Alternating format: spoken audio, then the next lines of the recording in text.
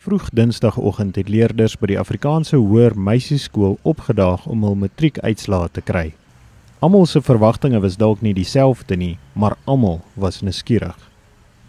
Verwag om actually deur te wees, maar ek mik maar vir so 3 onderskeidings. So, ja. So maar sien as ek dit kry. In Afrikaans en Engels is ek heel rustig. Ek glo ek sal goed doen. Maar soos ek sê, dit gaan net oor die toelating. Dis alwaar ek worry.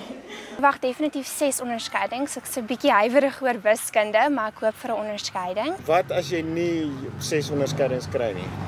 Ek gaan baie teleurgesteld wees, maar dit is dan nog nie die einde van die wêreld nie.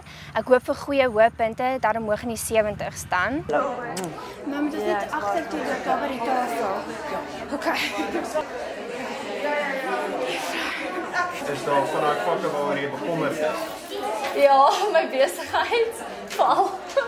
Hoekom is jy bekommerd daaroor? Ja, ek het nie so goed gedoen so ver deur die jare, maar ek het regtig baie hard gewerk om my eintlik sommer te probeer opkry. So ek hoop maar net dit het opgekom.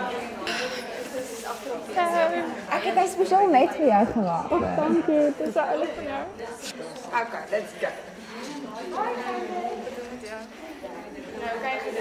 Ek dink so ek kan dit uitgaan.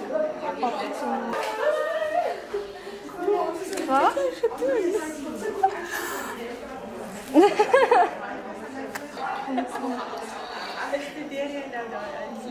Ek tel my punte op. Ek wil kyk of ek universiteitstoelating kry. Lees net daaronder, jy het dit. Baie vrou. Die paragraafie, Hierdie paragraafie vrou. jy het dit. Baie geluk. Baie geluk. Jy het dit. Nou voel ek beter.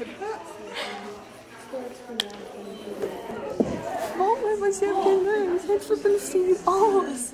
4. 4. 4. Wat?